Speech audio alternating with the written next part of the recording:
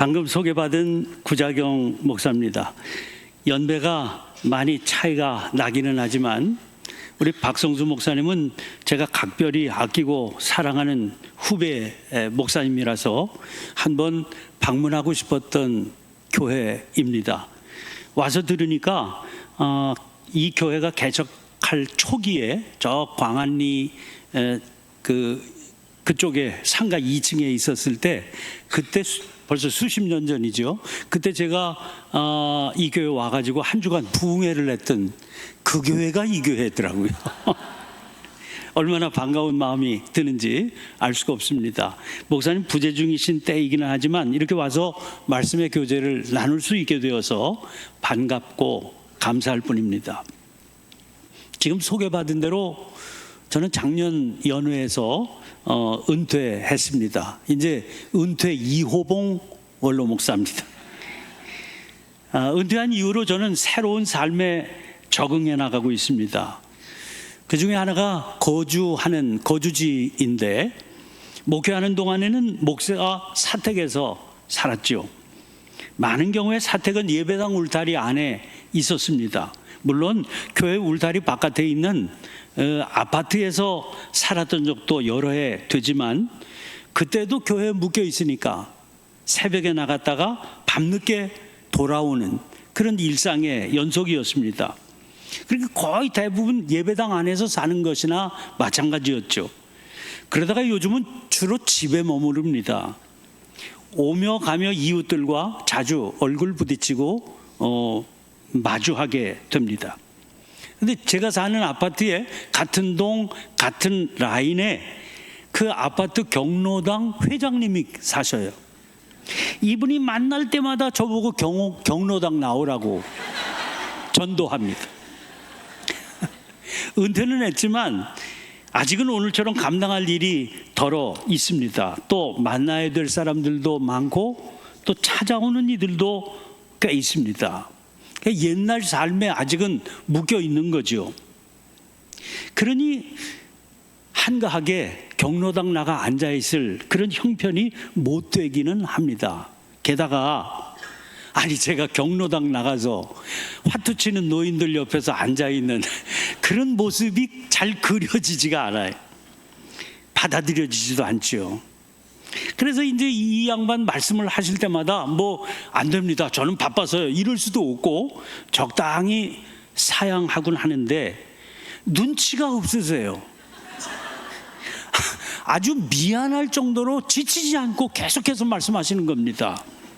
그래서 겁이 나가지고 저 멀리서 그분 얼굴 보면 만나지 않으려고 일부러 피해서 기다렸다가 그분 지나가면 다시 갈 길 가곤 합니다. 그런데요, 경로당 회장님은 그렇게 열심히 전도하시는데 교회 다니자고 전도하는 사람은 한 사람도 만나지 못했습니다. 인구 통계를 보면 저희 아파트만 해도 교회 다니는 가구가 꽤 될 것 같은데, 꽤 되어야 하는데 이상하게 한 사람도 없습니다. 교회라고는 할 수 없지만 전철역에서 내리면 자주 만나는 전도자들이 있기는 합니다. 하나님의 교회 사람들, 이단 종파 사람들이죠. 이 사람들은 밤이고 낮이고 접근해서 자기 얘기 좀 들어보라고 그럽니다. 저는 물론 피해가지만 가만히 보니까 대부분의 사람들이 그분들 피합니다. 그 모습을 보면 저렇게 하는 것도 효과적인 전도 방법은 아니겠구나, 그런 생각이 들기는 합니다. 우리가 잘 알고 있는 대로 교회는 전도하는 공동체여야 됩니다. 전도하지 않는 교회는 이미 교회가 아니기 때문입니다. 세상 속에 들어가 복음으로 생명의 소망을 전해서 희망이 되어주라고 하나님께서 세우신 공동체가 교회이기 때문입니다. 그런데 은퇴하고 교회 울타리 바깥에 나가서 바라보게 된 교회는 담장이 너무 높습니다. 눈에 보이는 담을 말하는 게 아닙니다. 사람들끼리 만들어 놓은 담이지요. 그 안에서 자기들끼리 지지고 볶고 살아가는 바로 그 담입니다. 한번 생각해 보세요. 이 예배당 밖에서 살아가고 있는 분들이 이 교회와 무슨 상관이 있을까요? 예배당 건물 이렇게 크니까 여기 온누리교회라는 데가 있다, 그거 다 알고 있겠죠. 그러나 그 안에 도대체 누가 있는지, 그 안에 있는 이들이 거기서 뭘 하는지 아무런 상관도 없이 살아가고 있지 않는지요. 교회는 그런 점에서 마치 먼 바다에 떠 있는 섬과 같다, 그런 생각을 하게 됩니다. 에베소 1장 12절 말씀을 보면 하나님께서 우리를 당신의 기업이 되게 하신 것은 오래전부터 바라던 그의 영광의 찬송이 되게 하려 하심이라고 그랬습니다. 하나님께서는 예수님을 십자가에 못 박아 죽게 하심으로 우리의 죄를 사해 주셨습니다. 그것은 오래전부터 하나님께서 품으셨던 당신의 목적 때문이라는 겁니다. 그 목적은 그의 은혜의 영광을 찬송하게 하려는 것입니다. 그렇다면 그 찬송이 어디에서 울려 퍼지기를 원하실까요? 오늘 할렐루야 찬양대 찬양처럼 이렇게 아름답게 지어진 예배당 안에서도 듣기를 원하시겠지만, 사실은 진정한 희망을 모르고 지옥 같은 삶을 살아가고 있는 이 세상 속에서 울려 퍼지는 것을 더 기뻐하실 겁니다. 그 일을 위해서 세워진 공동체가 교회입니다. 그런 의미에서 전도는 교회의 정체성이다, 이렇게 말씀을 드린 겁니다. 그런데 오늘 같은 시대에 우리는 어떻게 우리의 정체성을 유지하고 살아갈 수 있겠습니까? 이런 질문을 붙들고 우리는 오늘 본문 말씀을 받게 됩니다. 베드로 사도는 교회가 심각한 핍박으로 인해서 존립 자체가 위태로웠던 시대의 교회를 이끄는 지도자였습니다. 성도들을 향해서 악행한다고 비방하는 자들이 세상에 넘쳐났습니다. 교회 다니는 것은 국법을 어기는 반국가적 행위였던 시대입니다. 성도들은 자유를 빼앗기거나 생존의 위협을 당하고 있었습니다. 이런 상황에서 교회 지도자인 베드로 사도는 교회가 어떻게 살아남을 수 있겠느냐 하는 생존 전략을 말하는 대신에 교회가 어떻게 할 일을 해야 할 것이냐, 이걸 계속해서 전하고 있습니다. 해야 할 일을 하는 그것만이 교회가 무너지지 않아야 하는 이유이며 동시에 무너질 수 없는 이유이기도 하다 하는 것을 알고 있었던 탓입니다. 이것은 베드로 자신의 영적 체험이기도 했습니다. 베드로가 누굽니까? 가이사랴 빌립보에서 있었던 일 여러분 기억하실 겁니다. 주님께서 제자들을 향해서 너희는 나를 누구라고 하느냐 물으셨죠. 그때 주는 그리스도시요 살아계신 하나님의 아들이십니다 대답했던 사람이 베드로입니다. 이름이 시몬이었던 그가 그 대답으로 얻은 자랑스러운 이름이 반석이라고 하는 뜻을 지닌 베드로입니다. 그 이름을 주시며 주님은 그에게 천국 열쇠를 맡기시겠다, 그렇게 선언하셨죠. 그런데 영광스러웠던 바로 그때 그 자리에서 뜻밖의 일이 터졌습니다. 베드로의 고백을 들으신 후에 주님은 당신이 많은 고난을 받고 죽임을 당하고 제3일에 다시 살아나게 되리라 예언하셨습니다. 그 말씀을 들은 베드로는 주님을 붙들고 항변했죠.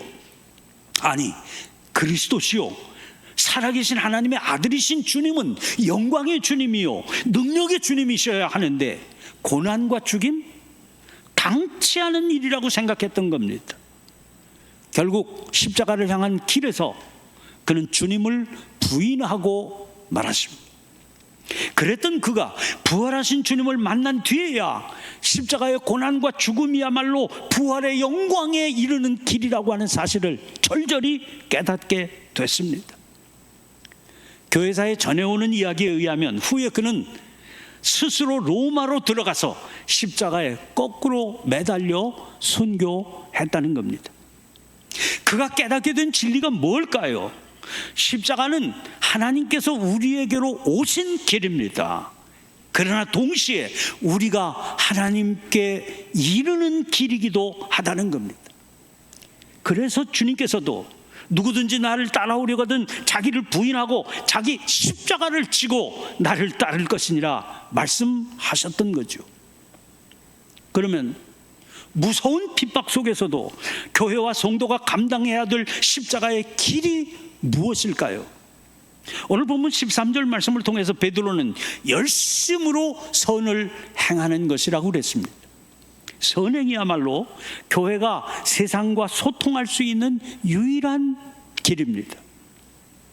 우리가 외국에 나가서 살게 되면 제일 먼저 그 나라의 말부터 익혀야 됩니다.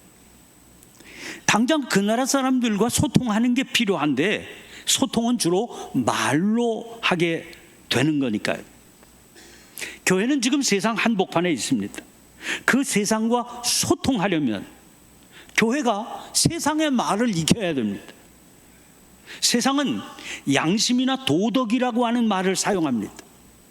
그런데 교회가 자기들의 교리, 자기들의 신학적인 이론으로 자신을 설명하겠다고 나서면 세상이 알아들을 수가 없습니다.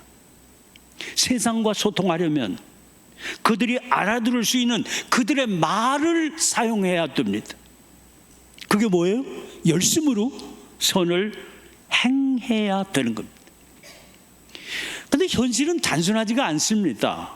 열심히 선을 행하는데도 악의적으로 대하는 사람들이 있고 그런 환경이 조성되기도 하거든요.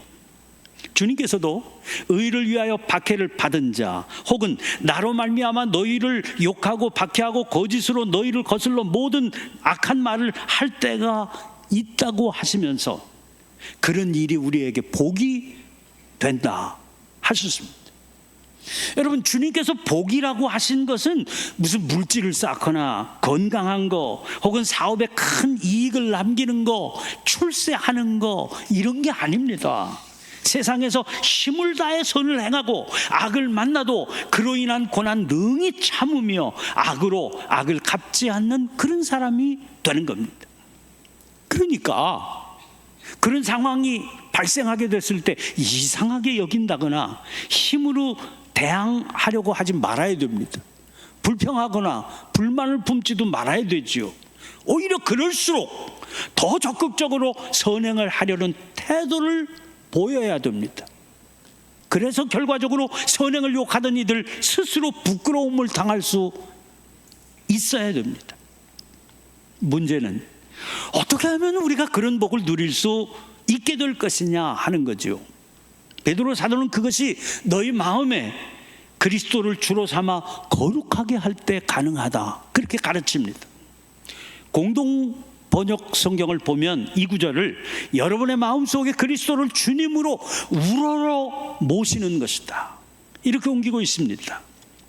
그것은 주님의 권세와 권위 앞에 엎드려서 자기가 그분의 소유라고 하는 사실을 고백한다는 말입니다. 그런 고백을 드리는 사람은 그분의 말씀에 절대적으로 순종하게 되겠지요. 그런데 우리의 주인이신 주님은 말씀하십니다.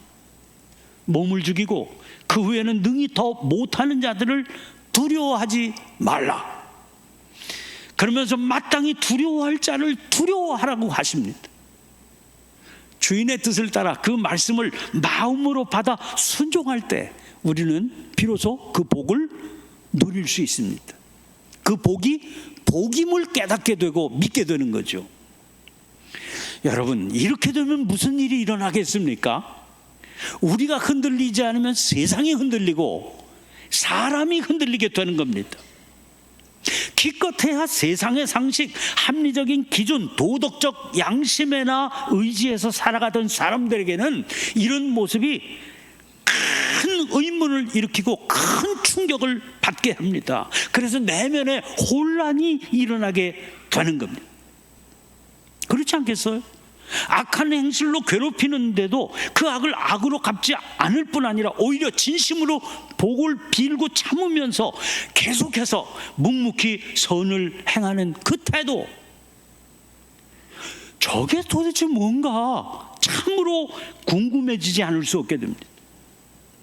이 사람은 도대체 뭐지? 그런 마음이 들게 되는 거죠. 도무지 궁금해서 견딜 수 없게 되면 그들 스스로 우리에게 물어오게 됩니다. 베드로 사도는 그런 질문을 던지게 될 때 그들이 던져오는 질문을 너희 속에 있는 소망에 관한 이유를 묻는 것이라고 정리했습니다. 유진 피터슨은 여기 등장하는 소망을 여러분의 삶의 방식 이렇게 옮기고 있어요. 저 사람들의 삶의 방식이 도대체 뭔가 그런 질문이 일어나서 던지게 되는 것이다. 그런 이유입니다. 이게 중요합니다. 진정한 성도는 그의 삶의 방식이 세상에 의문의 파문을 일으켜서 질문을 던지게 할 수 있어야 됩니다. 우리의 사명은 이 질문에 대답해 주는 겁니다. 문제는 우리가 살아가는 삶의 방식을 보고도 아무런 의문도 생기지 않는 겁니다. 왜요? 자기들과 별 차이가 없다고 느끼기 때문이죠. 의문이 생기지 않으니까 질문을 던지지 않습니다. 질문하지 않는데도 자꾸만 이쪽에서 대답을 해주겠다고 그러니까 그 사람이 들을 리가 있겠어요? 듣고 싶은 게 없는데 그 사람 들을 수 있게 하려니까 볼륨을 자꾸 높이게 되는 겁니다. 그럴수록 우리가 전하는 건 복음이 아니라 소음이 되고 말 것입니다. 우리들의 삶을 보며 세상 사람들 안에서 질문이 일어나야 됩니다. 어떻게 저 사람들은 저렇게 살 수 있는 것인지 알고 싶은 마음. 한 걸음 더 나아가 저 사람 사는 걸 보니까 나도 하루만 살아도 저렇게 살고 싶다. 그런 마음이 견딜 수 없게 일어나야 됩니다. 실제로 이런 일들이 믿음의 삶을 통해서 수없이 일어나고 있습니다. 사랑의 원자탄 손양원 목사님, 미국 유학을 앞둔 두 아들을 죽창으로 찔러 죽이고 옥에 갇혀있는 공산당원의 석방을 당신이 앞장서서 탄원했습니다. 옥에서 나온 그 사람을 당신의 양아들로 삼았습니다. 사람들은 그 모습을 보고 그 사건을 경험하고 원자 폭탄이 터진 것 같은 마음의 충격을 받았지요. 당연히 아니 어떻게 그럴 수 있느냐 묻지 않았겠습니까? 이북에서 피난 내려와서 여기 부산에서 사셨던 장기려 박사님, 치료비가 없던 환자에게 자기의 급여를 가불해서 퇴원시켜줬습니다. 시장에서 상인이 부르는 값보다 언제나 값을 더 얹어주고 물건을 사십니다. 주변 사람들이 그걸 보고 안타까운 마음이 들어서 선생님 순진하신 줄 알고 선생님한테 바가지 씌운 겁니다. 불러드린 그 값 자체가 일깨워드렸죠. 그러자 그분이 뭐라고 대답하셨겠어요? 아니 그걸 깎으려고 하면 그 사람이 달라지겠냐? 차라리 이렇게 더 올려서 주면 앞으로 겁이 나서라도 그렇게 바가지 씌우는 짓 안 할 거다. 이러셨다는 거예요. 그분들처럼 대단하게 알려진 분들만의 경우가 아닙니다. 저는 목회하면서 지극히 평범한 성도들을 통해서도 수없이 그런 모습들을 보았습니다. 제 30대 젊은 시절에 저 강원도 철원 농촌에서 목회할 때입니다. 농사 지으며 사는 가난한 집사님 가정이 교회에 있었어요. 찢어지게 가난한 홀아버지 밑에서 자라면서 제대로 배운 것도 없고 물려받은 것도 없어. 그런 채로 가정 꾸려서 그래서 아내와 두 아들을 낳아서 근근히 생계를 이어가며 살고 있었습니다. 그런데 이 집사님 가정에 먼저 가정을 꾸려 살던 형님이 계시는데 병으로 세상을 떠나셨습니다. 홀로 된 형수가 서울에서 조카들을 키우게 되니까 아주 그 집 형편도 참 낙하게 됐죠. 이 집사님이 자기 앞가림하며 살기에도 빠듯한 형편인데 시시때때로 살림을 보태주며 살아왔습니다. 그러던 어느 날 형수가 너무나 무리한 부탁을 해온 겁니다. 옆에서 들은 제가 듣기에도 야, 해도 너무하다 싶은 마음이 들었습니다. 그러니까 처음에는 너무나 어려우니까 어렵겠다 이렇게 거절을 했지요. 그런데 부인 집사님의 고백이에요. 그렇게 거절을 한 뒤로 고아와 과부를 돌보라, 이 말씀이 가슴에 가시처럼 박혀 있다는 거예요. 도저히 마음이 아파서 성경을 계속해서 읽을 수가 없더라는 겁니다. 나는 남편도 있고 아이들도 저렇게 건강하게 잘 자라고 있는데 형님은 우리 형편 잘 아시면서도 얼마나 힘들기에 그런 부탁해 오셨을까. 그런데 내가 그런 부탁을 모질게 거절을 했다니 자책감에 가슴이 그렇게 아파서 견딜 수가 없더라는 거예요. 결국 무리하게 빚을 내서 그 부탁 또 들어드렸습니다. 여러분, 이런 삶에 대해서 사람들이 던지게 되는 질문이 어떤 걸까요? 도대체 당신은 뭘 믿고 살기에 그렇게 살 수 있는 거냐 하는 거겠지요. 베드로는 그 질문이 너희 안에 있는 소망에 관한 이유를 묻는 것이다, 그렇게 설명합니다. 세상 사람들로서는 도저히 이해하기 어려운 우리만의 독특한 삶의 방식을 가능하게 하는 그 소망에 관한 이유를 묻는 물음입니다. 믿음으로 사는 우리들은 세상에서 그런 질문을 받을 수 있어야 된다는 겁니다. 그리고 그 질문에 대한 대답이 항상 준비되어 있어야 된다고 그랬습니다. 그렇습니다. 대답할 것은 우리 안에 있는 소망입니다. 그 소망이 있기 때문에 우리가 성도인 겁니다. 그러면 우리가 대답해 주어야 할 우리 안에 있는 그 소망은 어떤 걸까요?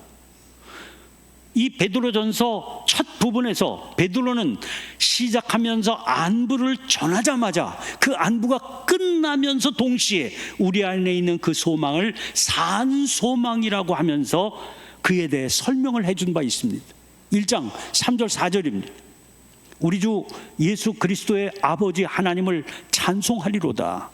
그의 많으신 긍휼대로 예수 그리스도를 죽은 자 가운데서 부활하게 하심으로 말미암아 우리를 거듭나게 하사 산 소망이 있게 하시며 썩지 않고 더럽지 않고 쇠하지 아니하는 유업을 잊게 하시나니 곧 너희를 위하여 하늘에 간직하신 것이라. 하나님께서 죽은 자 가운데서 부활하신 그리스도를 통해 거듭나게 하신 우리에게 허락해 주신 게 있는데 그게 하늘에 간직하신 산 소망입니다. 그것은 썩지 않고 더럽지 않고 쇠하지 아니하는 유업을 잊게 하시는 겁니다. 아까 소개해드린 유진 피터슨은 여기 등장하는 산 소망을 가장 중요한 삶의 목적 이렇게 옮기고 있어요. 우리 앞에는 그 가장 중요한 삶의 목적 때문에 온전하게 치유된 생명을 얻게 될 그날이 다가오고 있는 겁니다. 그러니 그날이 이미 열려있는 우리가 도대체 세상의 그 어떤 것 때문에 흔들릴 수 있겠습니까? 사람들이 물어올 때마다 그 사실을 분명히 알려주라고 하십니다. 그런데 이 대답을 할 때 특별히 조심해야 할 게 있습니다. 대답은 분명하게 해야 되지만 태도는 온유와 두려움 그리고 선한 양심을 지녀야 된다는 겁니다.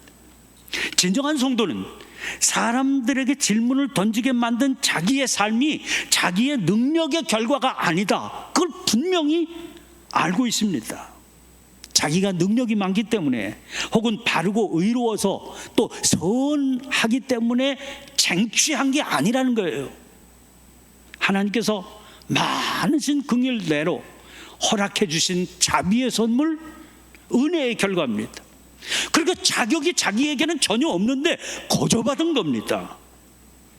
대답하는 우리의 목적은 우리를 향해서 질문을 던져오는 그 사람도 우리와 같은 산 소망을 얻고 살 수 있도록 도와주겠다는 것이어야 됩니다. 그런데 내 대답을 듣는 그 사람이 그 대답을 듣고 기대는커녕 와, 당신 참 훌륭한 사람이로군요. 나 같은 사람은 어림도 없어. 좌절하고 낙담을 하게 되면 큰일이지요. 누구든지 그러면 나도 되겠네 기대할 수 있도록 해줘야 됩니다. 그런데 설명하기 어려운 그 깊은 영적인 세계를 질문 던지는 이웃은 아직 잘 모르지 않아요. 그들에게 주님이 아닌 자기가 부각되지 않도록 전해야 되는 겁니다. 그러면 반드시 지녀야 할 태도가 있어요. 온유와 두려움, 그리고 선한 양심이라는 겁니다. 우리의 목적은 우리를 향해서 질문을 던져오는 그 사람 살려내겠다는 겁니다. 자기가 하는 말을 어떤 식으로 관철시키겠다는 것도 아니고 그의 승복을 받아내겠다고 하는 것도 아닙니다. 두렵고 떨림으로 자기의 삶을 진솔하게 드러내면서 주님을 증거하는 그런 고백이 필요합니다. 그런 태도가 필요한 겁니다.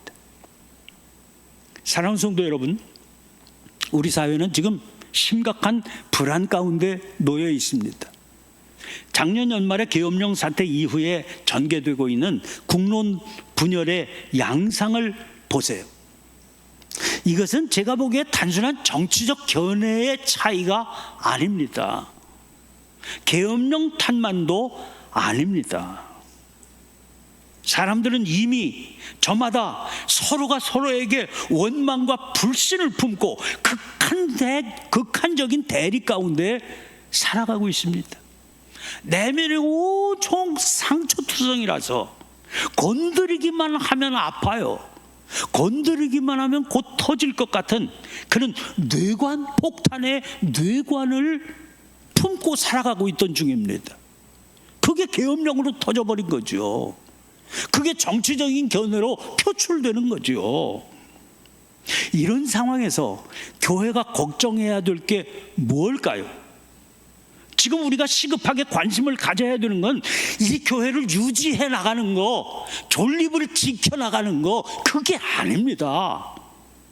교회가 반드시 해야만 할 사명을 어떻게 감당할 것이냐, 그래서 세상을 살려낼 것이냐, 그걸 고민해야 되고 그걸 위해서 노력해야 되는 겁니다. 주님은 우리를 향해서 너희는 세상의 소금과 빛이다 말씀하십니다. 그런데 이 말씀 잘 보세요. 소금과 빛이 되라 하시지 않고 소금이다, 빛이다 그러셨어요.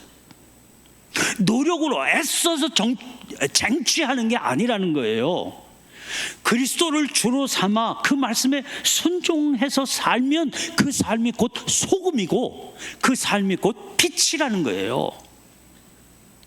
소금은 그 양이 많아야 힘을 발휘하는 게 아닙니다. 아주 조금만 있어도 영향력을 끼쳐요. 아니, 저는 설렁탕 먹을 때 소금 기껏해야 차스푼 하나 넣는데도 주변에서 많이 넣는다고 야단치더라고요. 조금만 넣어도 영향력을 발휘하는 겁니다. 음식의 맛을 내게 하고 썩지 않게 해주죠. 빛도 역시 마찬가지입니다. 아주 작은 빛 하나만 있어도 칠흑 같은 어둠을 뚫고 생명의 길을 비춰줄 수 있습니다. 자꾸 우리는 더 커져야, 더 힘을 모아서 규모가 자라야, 힘이 생겨야 영향력이 생긴다, 그런 조바심이 있어요. 그런 조바심 때문에 아주 발버둥을 치는 그런 모습을 보여요. 그건 믿음의 바른 태도가 아닙니다. 지금도 넉넉해요. 예수님은 제자 12명 가지고 세상을 바꾸셨는데, 이 많은 수가 모였는데 빛이고 소금인데 우리가 뭘 못하겠습니까? 문제는 지금 소금이냐, 지금 빛이냐, 그게 문제죠. 소금도 아니고 빛도 아닌데 규모만 키우려고 그래서 그게 무슨 세상을 바꿀, 세상에 희망을 주는 그런 복음 공동체가 될 수 있겠느냐, 그 말입니다. 여러분, 누가 누가 보더라도 어렵다 한 그런 때입니다.